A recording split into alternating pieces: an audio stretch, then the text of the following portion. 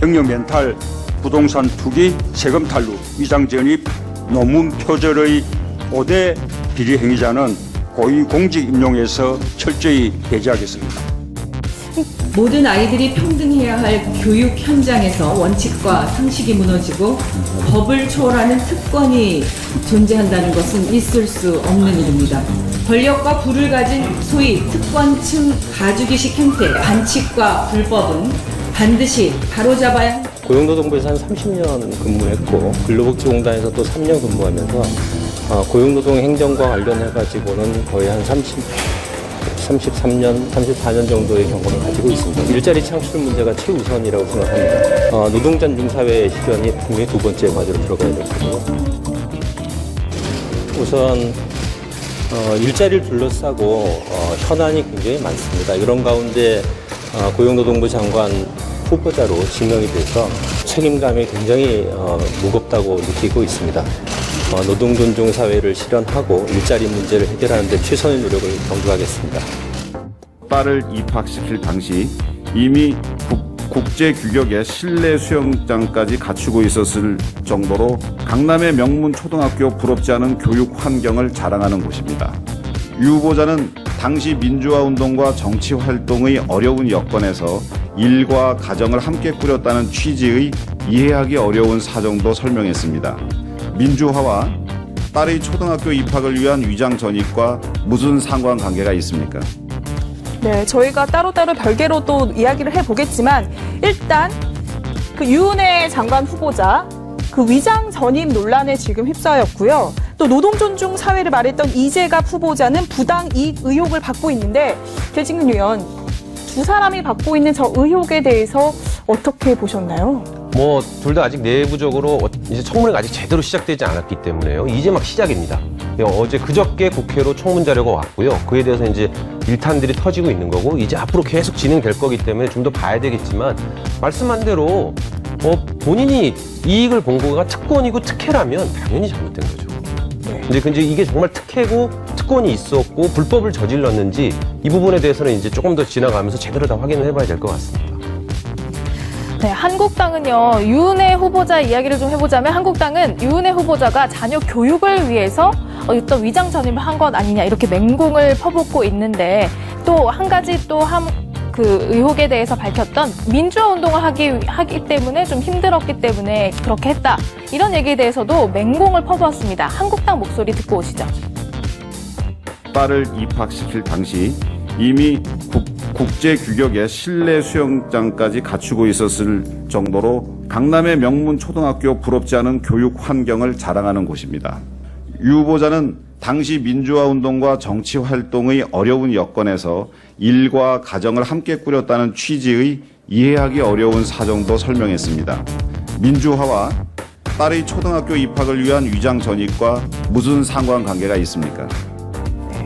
제가 굳이 유은혜 장관 후보자의 입장을 좀 설명을 하자면 내가 민주화 운동하느라 우리 어린 자녀들 제대로 돌보지 못했습니다. 그래서 정서적으로 좀 안정되지 못할까 봐 우리 아이를 친구들과 함께 학교를 보내기 위해서 위장 전입을 한 것입니다. 라고 설명을 하고 있거든요.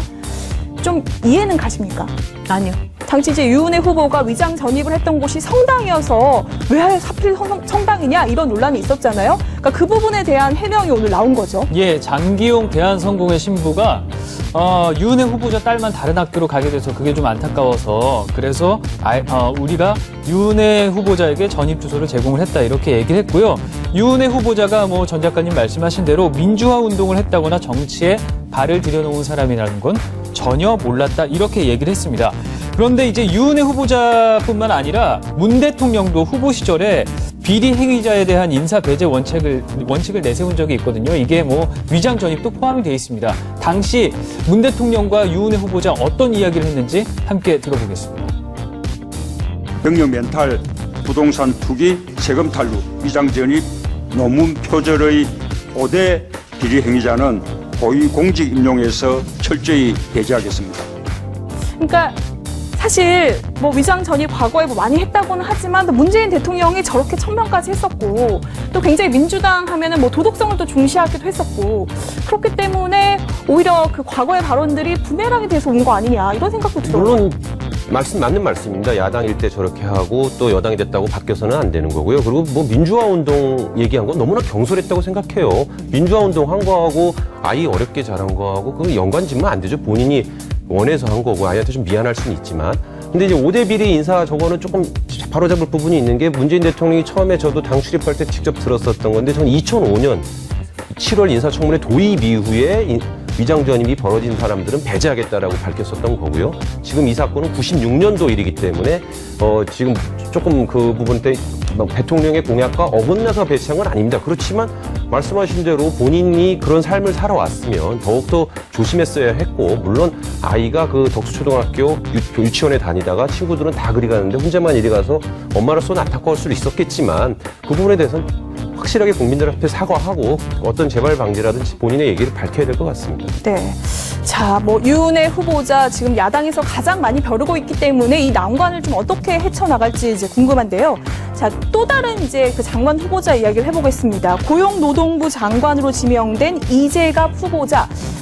또 이제 의혹이 하나 제기가 됐는데 어떤 내용입니까? 네, 먼저 이재갑 후보자가 자신이 고용노동부 장관으로 지명된 데 대해서 소감을 밝힌 게 있거든요. 그 포부 먼저 듣고 오시죠. 우선 일자리를 둘러싸고 현안이 굉장히 많습니다. 이런 가운데 고용노동부 장관 후보자로 지명이 돼서 책임감이 굉장히 무겁다고 느끼고 있습니다. 노동 존중 사회를 실현하고 일자리 문제를 해결하는 데 최선의 노력을 경주하겠습니다. 네. 최선의 노력을 일자리를 많이 만들기 위해서 최선의 노력을 다하겠다 저렇게 포부를 밝혔지만요. 청문회를 앞두고 의혹에 하나 휩싸였습니다. 석 달 만에 1,600만 원 정도를 부당 이득 취했다 이런 의혹이 제기된 건데 지난 5월에 바이오 업체 주식 하나를 어떤 것들 매입을 했대요. 그런데 이것들이 갑자기 그 비상장 주식이 그 무상 증자가 되면서 갑자기 한 석 달 만에 시세 차익으로 1,600여만 원을 뭐 갑자기 벌어들였다. 그런데 이 주식을 매입하게 된 계기가 이 회사에 다니는 지인으로부터 권유를 받았다. 이런 이야기가 알려지면서 어떤 내부 정보를 이용해서 부당하게 거래를 하고 부당하게 이득을 취한 것 아니냐. 이런 의혹이 제기된 거거든요. 그런데 여기에 대해서 이제 이 후보자가 어떤 해명을 내놨냐면요.